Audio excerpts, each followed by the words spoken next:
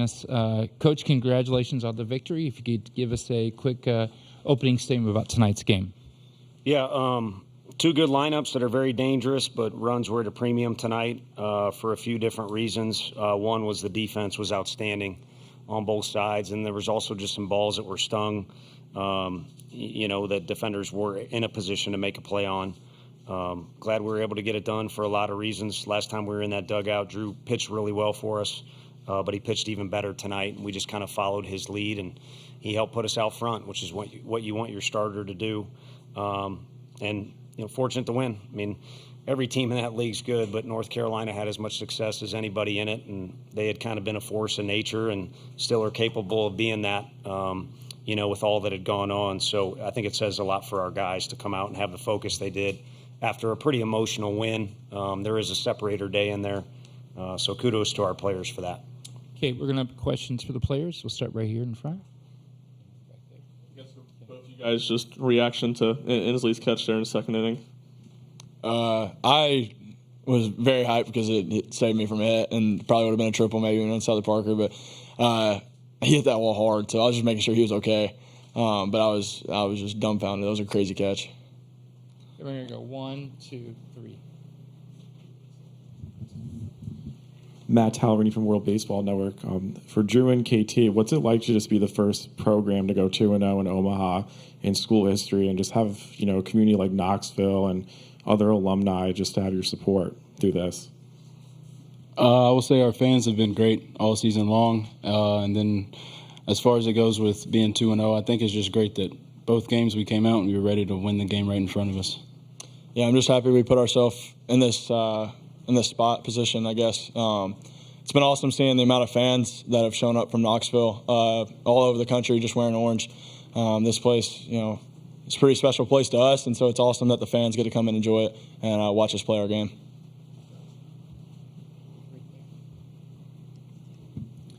Jackson Reyes, Omaha World Herald. Drew, you got in a groove early. Can you talk about just your performance today and also just dealing with that delay and just having to manage that?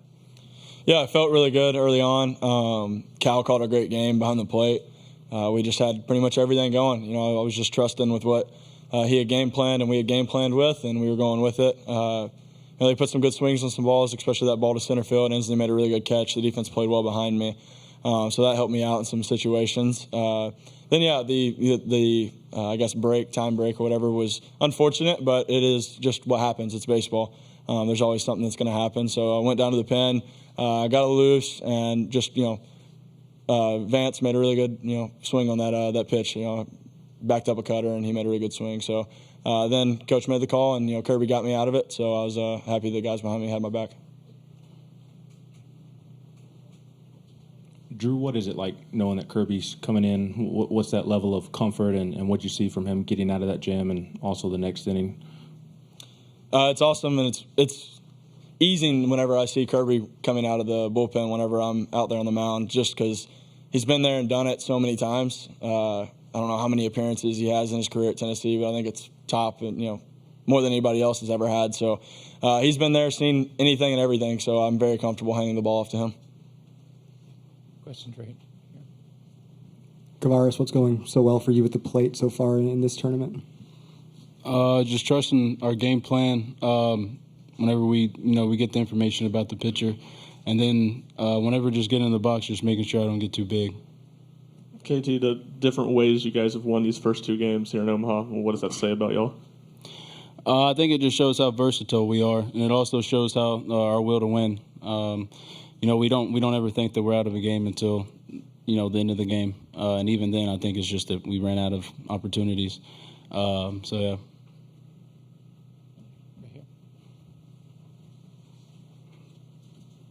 Drew, you talk about Kirby seeing anything and everything. You've been around the program a while too, and how much do you think y'all's experiences in Omaha have been helping these last couple of games and knowing how to go through this?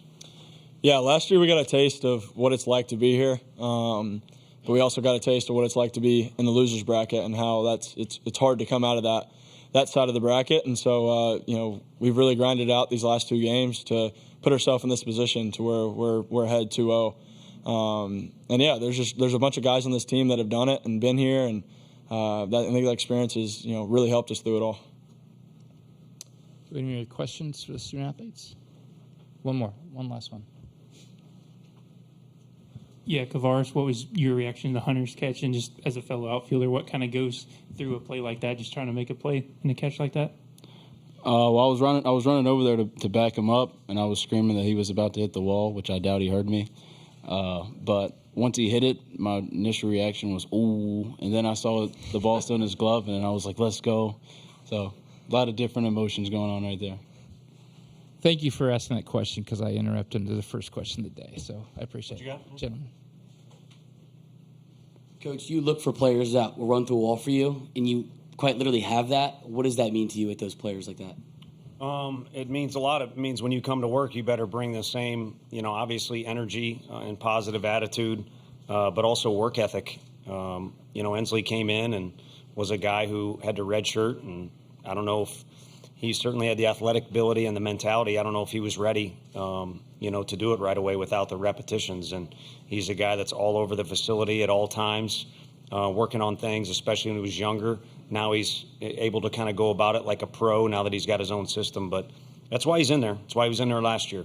And he's pretty much reached Drew Gilbert's stage where in practice we don't want him anywhere near the wall because we know we'll get our money's worth in a game. It's usually the opposite with an outfielder at high school level or college level. They'll shy away from it. And he's not scared. He's a fighter. Well, at this time, we'll let Kavaris and Drew leave, and we'll just open time for Coach. Thank you, gentlemen, for your time. Sorry to direct traffic there. I thought we were trying to get our guys. We'll go 1, 2, 3. Then we got 4 over here. We'll go first question. We'll get to everybody. We got some time. We'll go first right up front. Yeah, Tony, there have been a number of great outfield plays made in the series already, including your own. Just as a baseball guy, just not to coach Tennessee, how much do you appreciate what you've seen, if you've seen any of these, and how much as a baseball guy can you just appreciate what he did tonight on that catch? You can in general of the others. I mentioned it after our super regional against Evansville. Sometimes it's not the right occasion to shake hands, but man, when I was a little kid in St. Louis, it's a hockey city. My dad's from Chicago. It's a hockey city.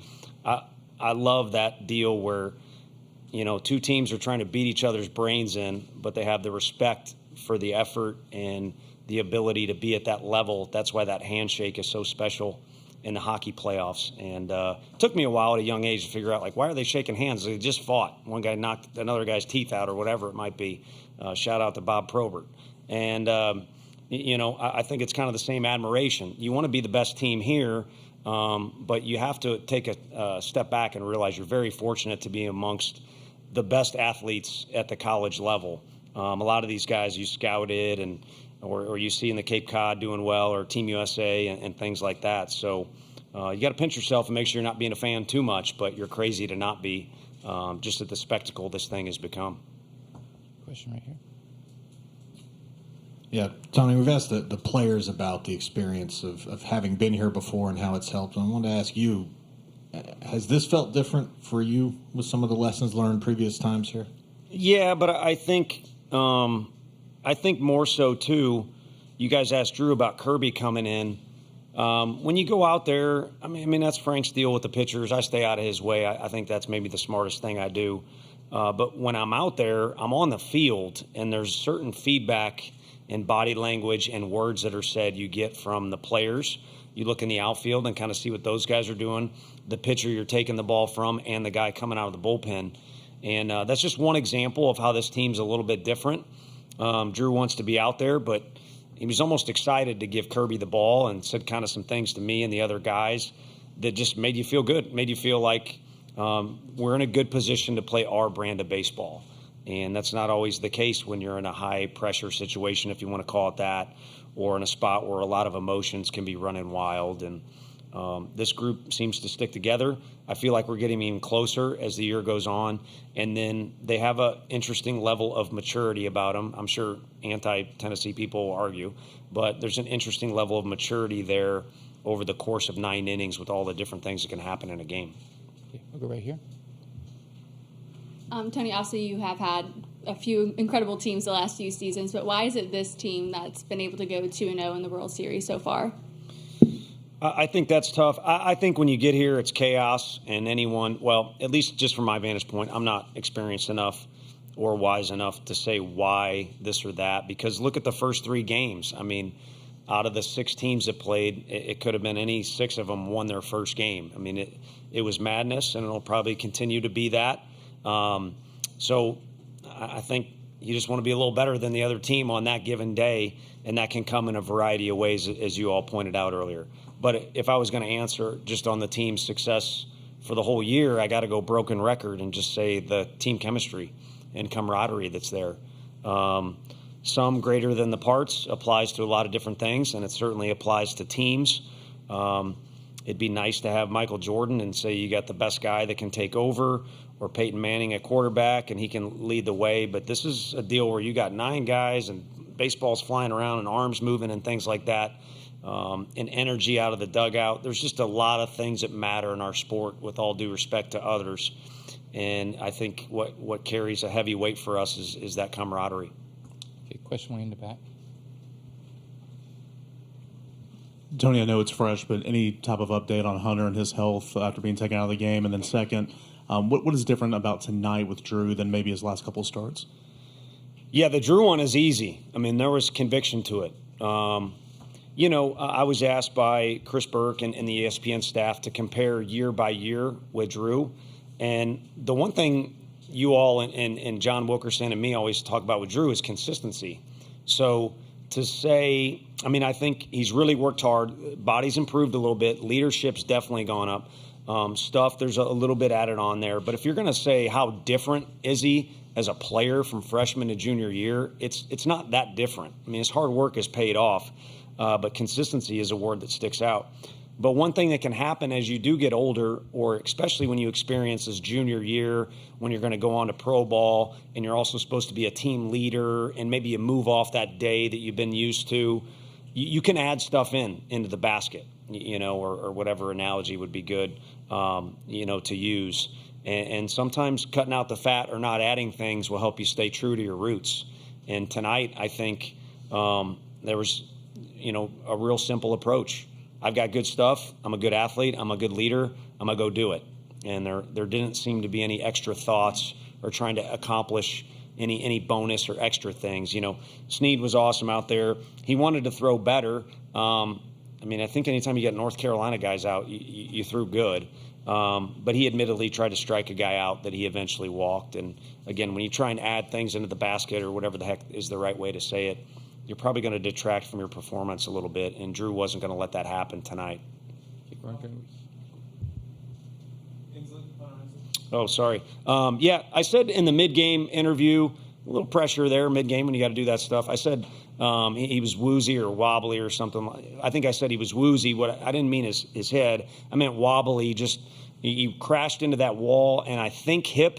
I just kept relying on Woody, and Doc Klink's in our dugout too, so I kept saying, what do you think? What do you think? But eventually you could see he wasn't moving around his best. And in the back of my mind, I was thinking, as soon as we got a lead, we can't afford, with the way Drew's throwing the ball, to not get to a fly ball, which ironically is what got us into that spot. I mean, you got to just sit in the stands and watch each pitch, because you don't know which one is going to affect the game the most. And same thing as a player, you just got to hook it up each pitch, because who knows what happens if that ball gets over his head. Tremendous play. Okay, we're going to go 1, 2, 3, 4, and that'll be it. Coach, John Walker from the Omaha World Herald, you had mentioned that runs were at a premium tonight. KT hits the 3-run shot in the 4th, and I think you guys got another the inning after. What is it about this team's home run ability that has allowed you guys to kind of flip games in a moment's notice? Yeah, I think the one thing that you'd be remiss if you didn't point out is Sprague was so good, and he's kind of their Drew Beam. I don't mean to speak for them, but just watching and looking at the numbers, he's incredibly consistent. He's a strike thrower. But some of those outs did not come very easily for him. Even Burke strikes out in the first inning, but it might have been a 10-pitch at bat, and it allows our guys to see what's going on. Our guys were kind of leaning on him, and then, the one thing we've kind of mentioned with our guys is, like, anybody on that list, and Reese Chapman was in the lineup tonight. Bargo did what he did against Evansville. Any one of them might be able to get you or do something for us. But when everyone's kind of involved in trying to contribute, you kind of end up with that deal, like I said, where we're kind of leaning on Sprague a little bit, and someone was just able to get to him. So that would kind of be my explanation of that deal. And, yeah, I mean, I think when you do have the best athletes playing defense behind some of the best arms in the country, runs are always going to be difficult to get. Okay, right here. Hey, Coach, Chris Phillips, SEC Unfiltered. You talked earlier about how great the defense was tonight. We all know what Christian Moore can do swinging the bat, but that play he made later in the game, moving to the backhand side, kind of flipping the ball underneath, and, of course, Blake picking it over there at first, one of the best plays you're going to see in college baseball. Just talk about how valuable an asset he is in your infield. Again, we all know what he can do swinging it, but one of the best defensive second basemen in the country as well. Yeah, no, it's nuts. If you look at that play, the replay, fortunately, we were able to watch it more than one time. And it was a pretty dang good play, but it's nuts to think, what happens if that? He might have saved us, from going to another guy in the bullpen. Although, like I said, I thought Snead was throwing the ball well. And then North Carolina's been able to mount some comebacks too. So you're trying to, prevent any chaos from starting. But yeah, he's taking a lot of pride. It wasn't good over there at second freshman year, just to be honest with you. And kind of like we used Ensley as an example, it became a pride point for him. And he got really good at it last year. And then now he's gotten to the point where he played shortstop for us at some point this year. He was begging to go to center as soon as Ensley came out of the game. He has been there this year. And it's a good conversation for scouts to have. Clearly, this guy's physical enough and smart enough to be a hitter at that level. Where are we going to play him? I think they've got a lot of options. And at the very least, it wouldn't be Dan Ugla, with all due respect. I think he played at Memphis, right? Tennessee. You're not just putting a bat at second base. Like, as you mentioned, he's pretty dang good over there for us. Okay, last two, right there and right here. Right there. You mentioned during the pitching change, it kind of you saying you feel like you guys were in a good spot to play your brand of baseball. What would you say your brand of baseball is? Well, I don't think you want to get too caught up in what's going on with, they get a guy on base or what are we doing here? Or it's you're not going to be relaxed. Everyone says be loose. Well, come on. We know where we're at. So, but you can't be tense, and you got to still be able to breathe and carry on a conversation and have a realistic understanding of what the situation is. Call it self-awareness is big in that situation. So I think that vibe, they want that from us. They don't want us yelling at them like absolute maniacs, if that's a good example.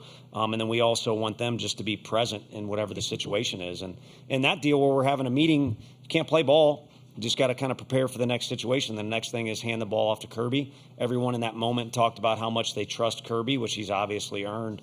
And then we go out there and play ball and see what happens. And like I said, here, with these teams and in the moments and all that, anything can swing one way or the other. But we would prefer it be our team showing up and doing what we do, which you guys have seen, and go to battle with that and just see where it gets us.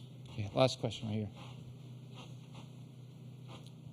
You mentioned Kirby there. What has allowed him to succeed in his role, being that it's so different from what he was doing for you guys last year?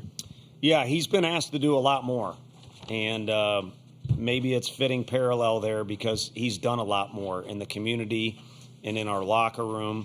It's been every year just a growing presence of a guy who is a special individual. And even though it's, you don't see a guy creeping up. Frank's had these guys like Crochet's a lefty that goes from 87, 88 to 100. That's not the progression Kirby has made, but he's worked at a lot of different things to progress as a pitcher, not just a person. And, I think he's continued to improve as he is. But the one thing about throwing him out there is, like today, everybody feels good. Whatever happens with him on the mound, so be it. We'll go back to the hotel. Maybe you're frustrated, maybe you're happy, but you're going to put your head on that pillow and be good with whatever it is that he does, because he's one of those guys that you go to battle with. So this whole thing I throw out there about our locker room's great. It's not me. There's a lot of special things that got to go in place. And Drew being unselfish and congratulating a guy for getting the ball on opening day instead of him when it's kind of his pitching staff, that's something. And then Kirby just being Kirby. He gets the ovations he does for a reason. That's something. Coach, thank you very much for your time. You bet. Thank you. Michael Jordan, you like? Yeah. Oh, You like Sean Kemp better though? You like? I'm a Pacer fan. Oh. Yeah.